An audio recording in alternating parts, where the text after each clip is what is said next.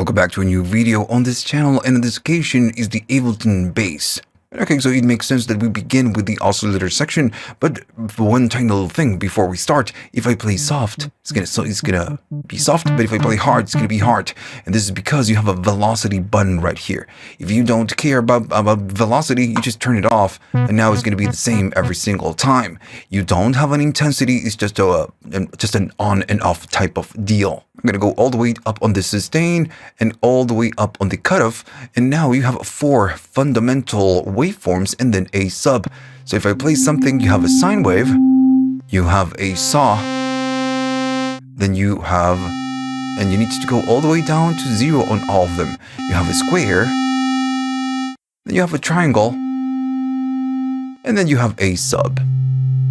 Right? So pretty simple and straightforward. So when on the oscillators, you need to click this icon and it will take you to the tuning section. And you can tune independently, all the different shapes, not the sub, by semitones, or you can do it by double clicking and then you can do it on synths. So, you have independent control of all the waveforms, but again, not the sub. I'm going to go up on the sub and go down to the filter envelope and all the way up on the cutoff. If I play something, of course we get the sub, and that's fine. Now, by default, all the waveforms, they will go through the cutoff section, and then they will go out, including the sub. So if I start chopping frequencies, at some point we're gonna, chop the frequencies of the sub, and make sure that the filter envelope is all the way down in this case. So you have a different option that calls sub through. If I click this, the sub will bypass the filter. So now, even if I'm chopping everything, the sub will bypass this and will go directly to this section. So if I'm using something else and I'm cutting all the frequencies, I'm cutting them but not the sub. That's, why we get the sub through. Another thing that you get for this sub is that by default it's going to be a sine wave. And that makes sense because it's a sub. But you can go to the subtone and this will shape the sine wave. If I keep going up, at some point, it's going to really crush it and crush it and crush it. And notice I'm 9% and it's already, crushing it. If I keep going up, it can be, really aggressive. If I keep going all the way up, it's going to be all the way aggressive. And we get a square, a super narrow square pretty much. So this is a nice, maybe a nice value or option to modulate and get that effect. Remember that just doing it just a tiny little bit, maybe it's more than enough for a sub. But again, if you want more aggressive, you can do so. If you keep moving forward, we have the pull, the tree, and the pulse width. So this will adjust the pulse width of the pulse, this one, and the triangle. So if I go to pulse and I play something, and I'm gonna go up on the cutoff, I'm gonna keep the sub down, and I'm gonna play it. We get square, we know, but this one will just change the width of the waveform. And it's something pretty normal that we can do on any given synthesizer when we have a pulse. But we can do it on the triangle, and this is something really cool. It's gonna change it to almost a saw. It sounds like a saw, but it's a little bit darker. It's a little bit different. So we can use, again, just like the subtone, we can use this, we can modulate this control just to get that effect. Alright, so if you double click it, it's going to go back to the center, which is the default triangle. Then if we keep moving on, I'm going to go up on the triangle.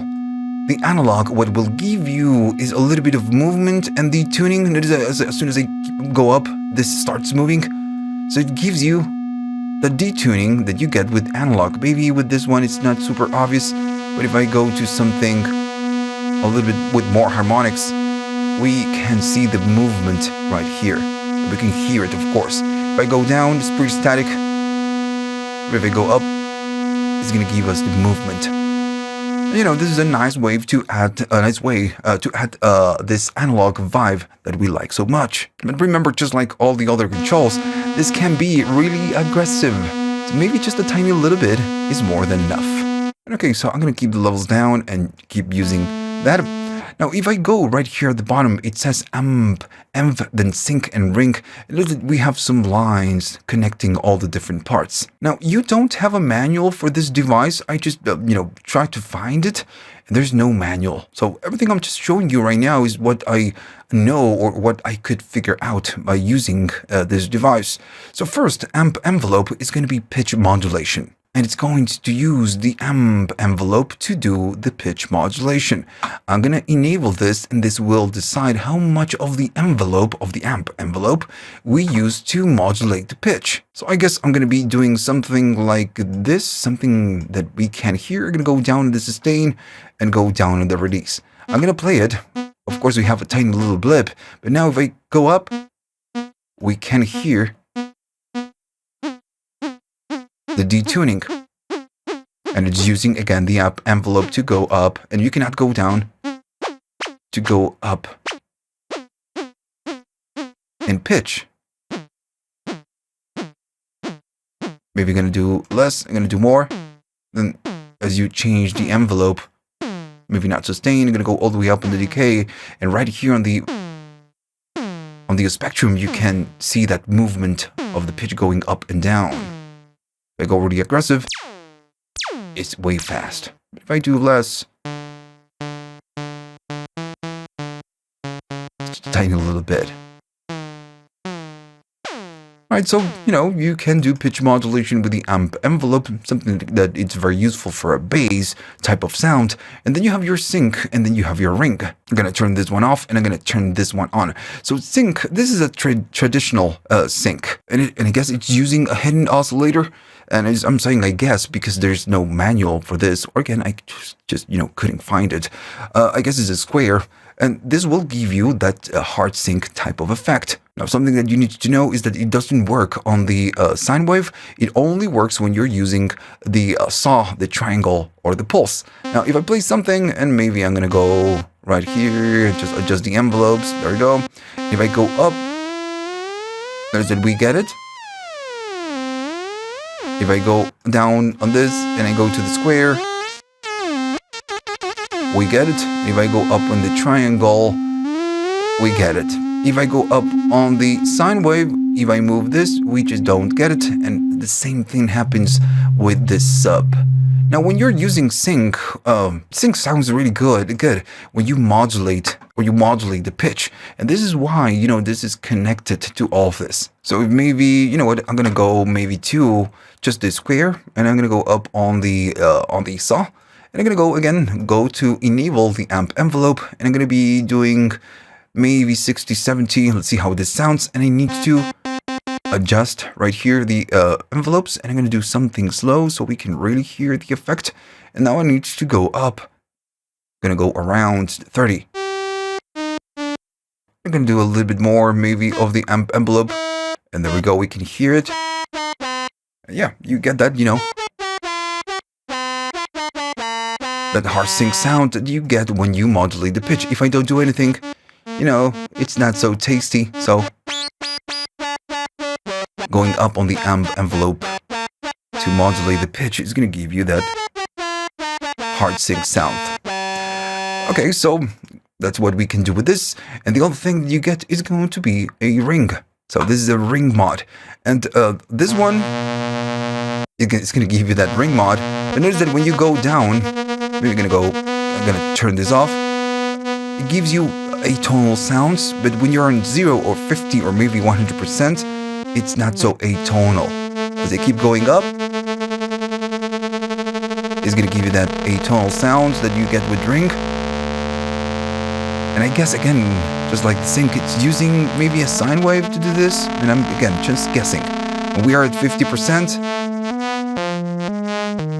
gives that. If I go up, more atonal.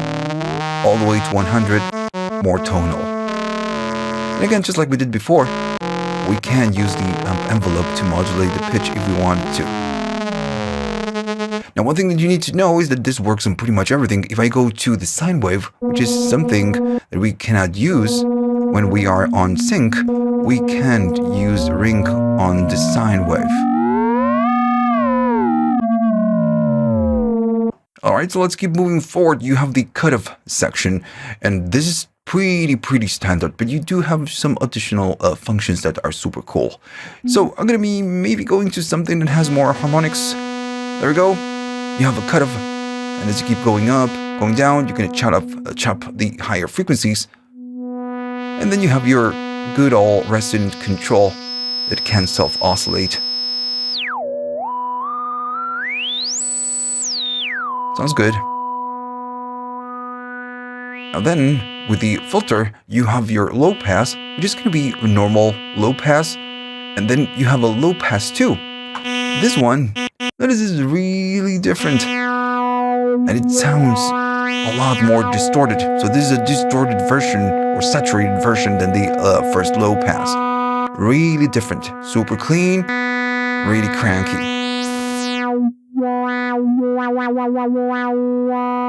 Then you keep moving forward and you have your high pass, which is going to be chopping lows, and then you have your band pass. You need to adjust your resonance, and then you have your notch, which is pretty much the same thing but backwards than the band pass. You're creating a notch right here. All right, so this is, and I'm going to go to the first one because it's just less aggressive. These are your different types that you get for your filter. And this, again, it just sounds great. But then you have a drive. And I guess this is one of the best parts, included with the low pass too, of this filter, that you can drive it and go more aggressive. Because, this is a bass. If I go down, it's just, not so tasty. If I go up, it's a lot more tasty. And then to finish on the filter section, you have your filter envelope. I'm going to go maybe down the drive for now and just leave the cutoff right here and the resonance right here. So, of course, we need to modulate the cutoff every time that we play a key. And this is how much we're going to be using the envelope that we have right here at the bottom to modulate the cutoff. If I go more aggressive and go up on the attack and the decay, maybe no sustain, a little bit, maybe no release, we get that, that sound. And this is a very standard control that we get on most synthesizers. If I go really aggressive, we're gonna get it. Cool.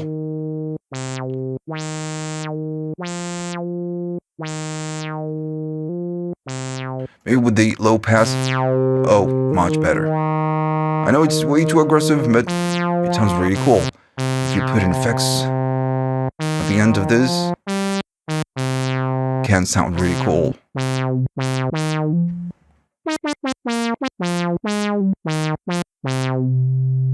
Alright, so, it's a pretty simple filter. Now, then you have the envelope time, and right now it's going to be 1x, so whatever is that you do right here is going to keep it. And notice that the times are not super long. You don't have 3 seconds or 3 seconds for the decay. They are just on the short side. So whatever is that you do right here, you can scale it to 5 times. So maybe you have something super short like this. Maybe I'm going to do less. There we go.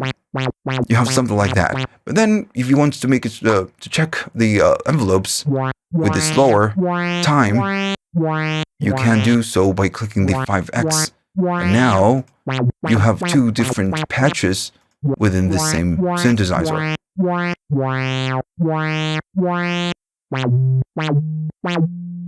And okay, so if we keep moving forward, we have the LFO section. And this is a pretty straightforward LFO. It's a little bit weird when we talk about the sync. I'm going to show you in a minute. So you can modulate whatever you have right here. So if I play something and I'm going to be doing the pulse width and I'm going to sustain it and open the cutoff so we can see it and go down maybe on the sub and just, get rid of the velocity. There we go, much better.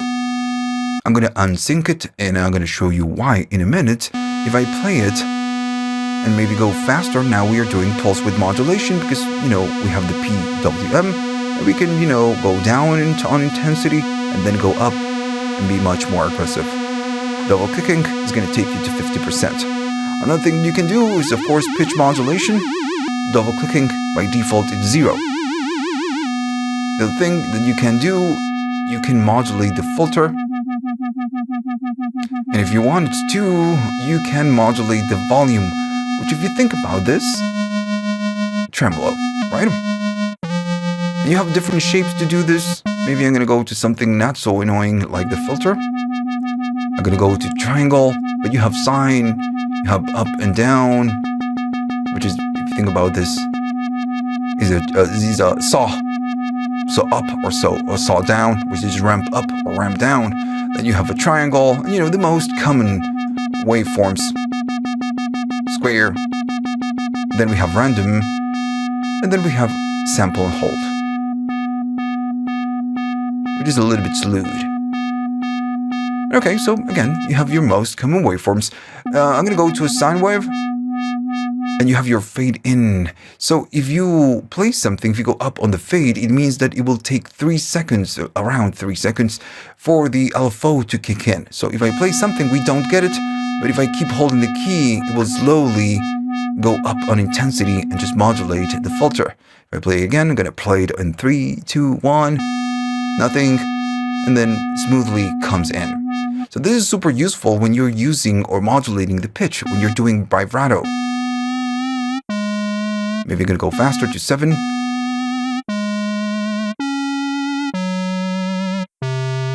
So every time I'm holding the key, it's not reacting right away. So if I play it more staccato,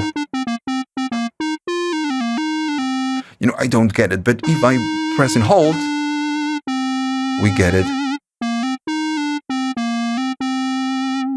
So if you want to use this just like this and avoid using your mod wheel, you can. I'm going to modulate the filter. Let me just set this up first. I'm going to go here and I'm going to use a rect, which is again a square. So if I play something and maybe I go up on the cutoff, I'm going to do less. So this means that when you want to, the retrigger, if I'm playing and I'm going to be playing repeatedly just like this, if I remove the modulation, this is what I'm doing. Since this is going to run free, sometimes it's going to be up, sometimes it's going to be down. So the retrigger lets you be a little bit more constant.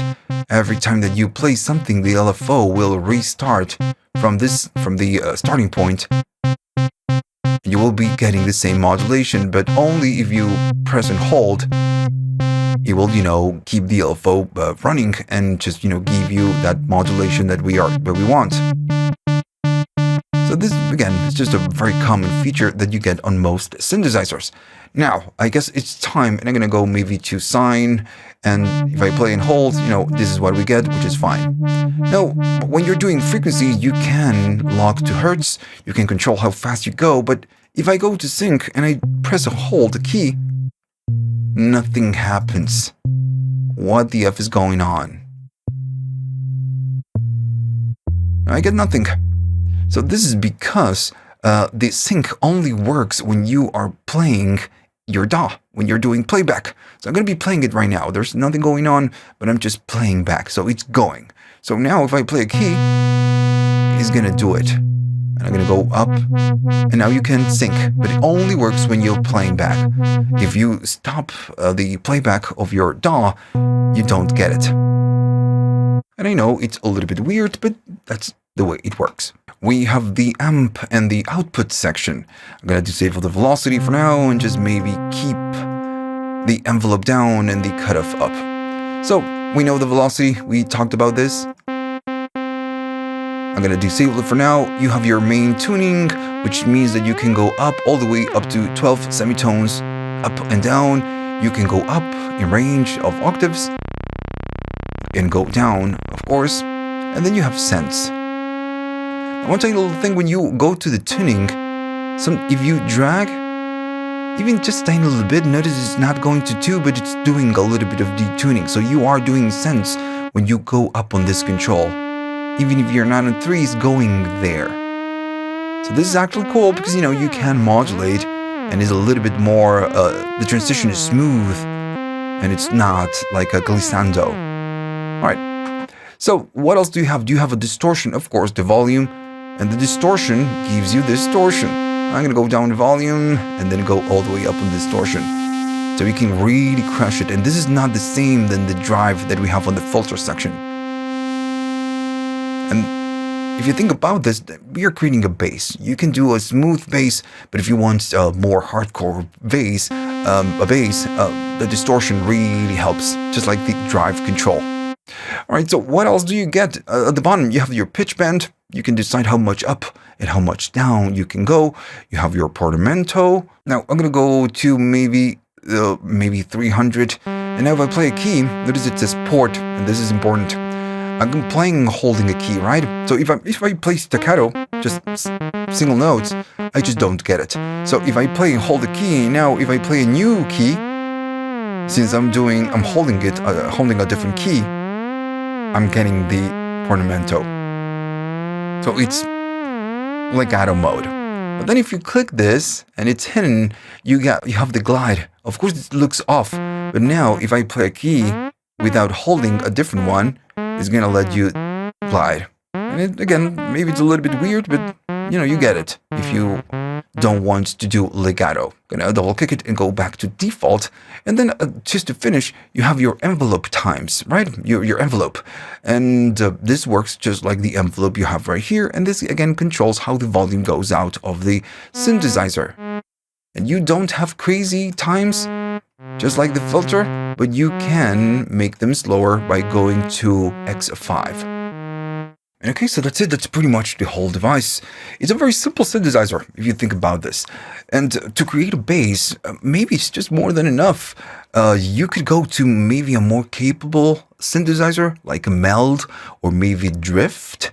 But you need to also go through the settings and params that maybe you don't need for a bass sound. And on this one, you just, go select your waveform, maybe use the controls right here at the bottom, filter, drive, and you're good to go. You have a bass sound really, really quick. All right, so that's it. If you liked all of this and you learned something new, remember to like and subscribe.